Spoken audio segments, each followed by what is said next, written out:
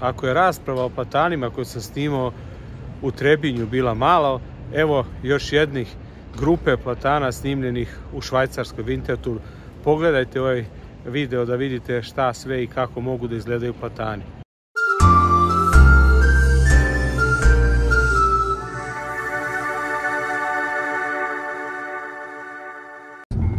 Pogledajte drvored od platana.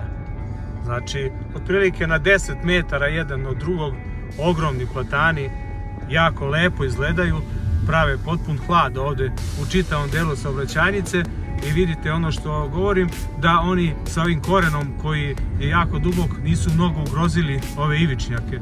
Malo se vidi da ima onako depresije terena, ali nije toliko velika. Evo pogledajte platan kako izgleda. Samo da bi vam pokazao kako platan podnosi orezivanje.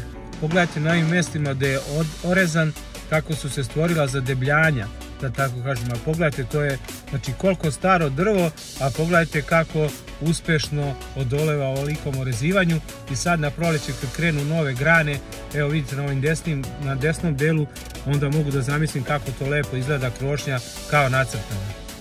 Orezan je ova osnovna krošnja negdje možda na 3,5 metra, a onda ide horizontalno formirana krošnja. Vidite da su grane skroz savijene onako iz jednog. Ne znam kako podnose snijeg, verovatno zato se ovako jako režu, da snijeg ne bi lomio te grane. Veliko bi opterećenje bilo kad bi ostale sve te sitne grane. Vidite da su one orezane skroz, tako da sad u proleće kad krenu nove grane naprave onako gustu krošnju kao veliki suncobran. Evo bašta platana. Fenomenalno orezani i oblikovani. Pogledajte kako lepo izgleda.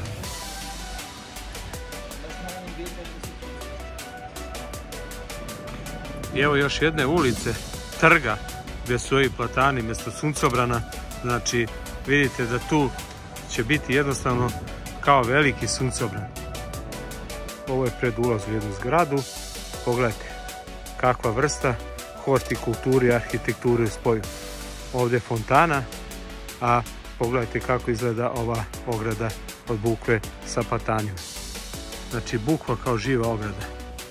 Stabla su posađena na 25 cm kao što se sadi kod nas i dobro orezivana, a ako se razmišljate koje su ovako šišana i oblikovana stabla, platan.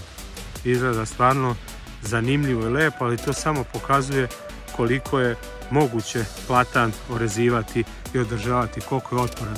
Ove grane su ovako formirane kao mlade, savijane, a posle toga ove zadebljanja su upravo mjesta gdje se svake godine režu i dobijaju kasnije formu potpuno. Stvarno puno velikih stabala i ono što je zanimljivo, puno velikih stabala, veliki razmak, stara stabla, jako lepo izgledaju.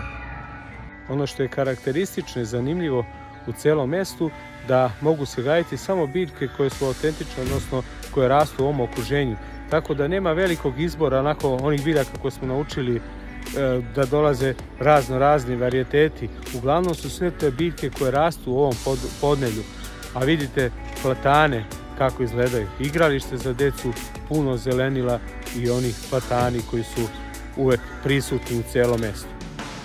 Pogledajte ove stepenice od stabla, vjerovatno platan u pitanju, i pogledajte da je ova ograda zanimljiva, autentična. Pogledajte, znači samo su izrezane stepenište, jedno je stablo u pitanju. Pogledajte kako lepo, znači platan koji je star sada je poslužio kao stepenište, a upravo tu je u ovom delu gdje se deca igraju i da bi mogla se popenju služe baš upravo stablo platana. Pogledajte između ostalog kako izgledaju ove stabla. Po debljini stabla bih rekao da imaju sigurno preko 150 godina, a pogledajte ove izrasline, vjerovatno je dosta puta rezan. Ono što primećujem sa travnjacima da nema mnogo negovanih filnih travnjaka sa zalivnim sistemima, ali zato ima dosta vlage i onda ova trava uspeva da opstane ovdje i bez zalivnih sistema. Ograda od kamena i lep lepo se uklapa u ovaj ambijent. Pogledajte kako prirodni uslovi, znači puno jagorčevine. To je u samom gradu. Forzicije, ukrasna dunja, jagorčevine. Aubrieta, to je perena, trajnica, izuzetno otporna.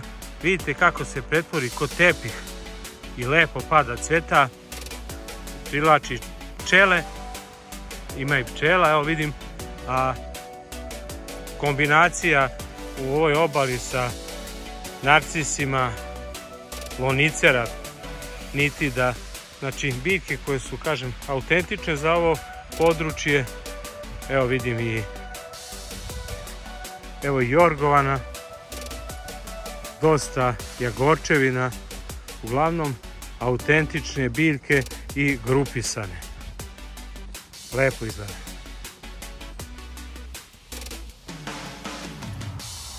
Pogledajte ove terase sa puno zelenila. Lepo izgleda.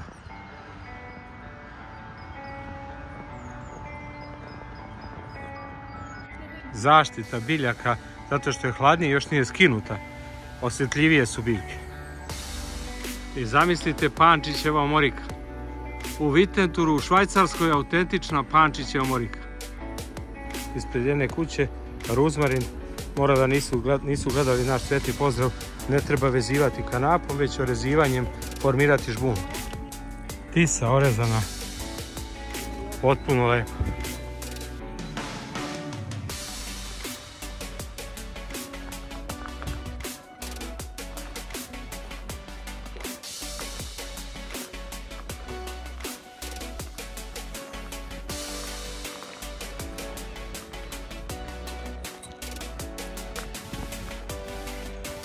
Kućica u cveću.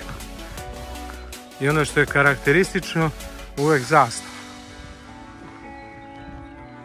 Evo kada pogledate panoramu Winterthura, ono što sam rekao, samo jednu zgradu vidim najvišu preko visine drveta, a to je upravo neka ustanova koja inače zabranila se zide velike zgrade. Pančićeva omorika je za mene ovo najviši četinar.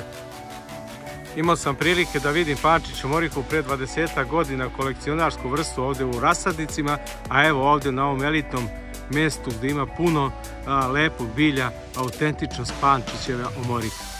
Sigurno nije iz ovih prostora, ali ne smeta im da je posade. Pogledajte, carica na vrhu ima puno šišarki. Pogledajte film kako sačuvati Pančićevu omoriku i probamo da sačuvamo. Pored puta zanimljiva prodavnica sa cvećem. Imaćete prilike da vidite kako to unutra izgleda. Baš zanimljiv način, koncept da svrate kola pored, kupe cveće i tako brzo dođete do situacije da imate cveće u rukama. Znači stanete pored puta, kupite i evo ideje kako i ostali mogu da naprave prostor i tako podsveše, da tako kažem, kupovinu lepih predmeta, cveća. Ovu prodavnicu pored puta sam posjetio pre skoro 20 godina. Inače, to je seosko domaćinstvo koje u prednjem delu pored puta ima ovakvu prodavnicu gdje domaćica onako vredno, zanimljivo pravi poklone i vidjet ćete kako to izgleda. Unutra ne mogu da pričam, ali mogu da snimim pa ćete vidjeti priloge. Evo pogledajte, livada je pored, znači seosko domaćinstvo i odmah pored samog domaćinstva. Verovatno je bila nekad magaza ili nešto što je onako služilo za... Verovatno je bilo neki drugi objekat koji služi u poljoprivredi, a evo sada je odličan prilika i odlična mogućnost da se naprave predmeti od cveća, dekori. Znači koriste se sezonske cvetnice koje su sada aktuelne. Vidite, ima bršljana, ima jagorčevine, svega što je zanimljivo, ali pogledajte na svaki detalj kako to lepo izgleda. Znači jedna boja, objašnjeno u boji, jedna boja, prate svi asortimani, razne saksije, ukrasno i sve što, svaki detalj izgleda lepo.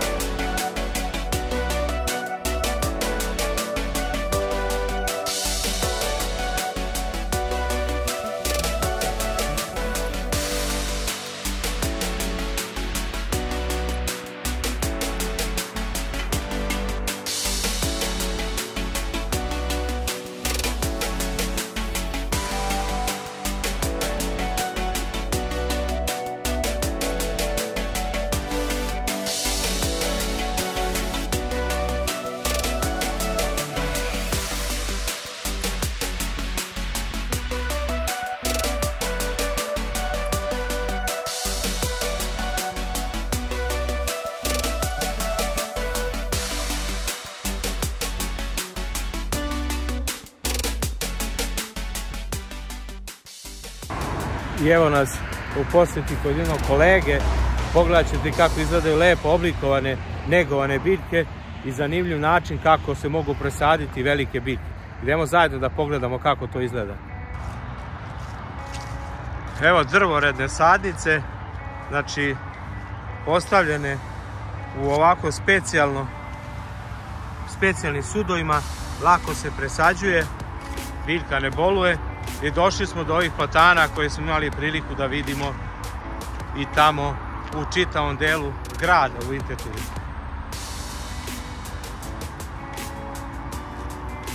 Znači, otprilike su prečika 2 metra. Ovo, otprilike da je prečnik 2 metra ovog držača i stablo na jedno 3 metra i sa ovom zanimljivom krošnjom.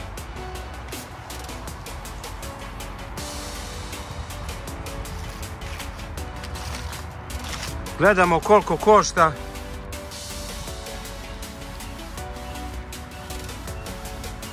Znači, platan. Vidite da je platan cena 11.600 franaka.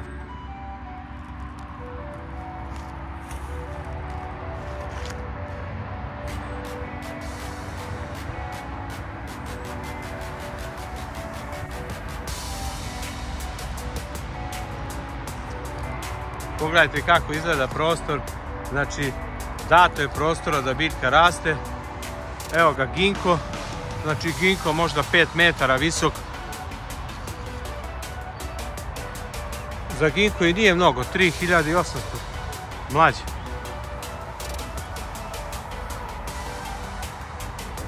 Rododendron u Saksiji, ovako velikoj, prečnika 3-4 metra je veliki žbun.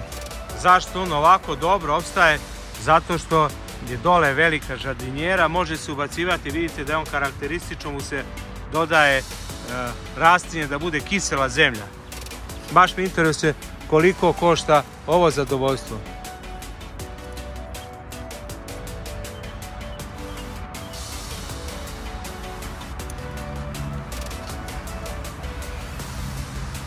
Na njemu ne vidim cenu. Na njemu ne vidim cenu. Evo vidite biljke koje se pripremaju za iznošenje.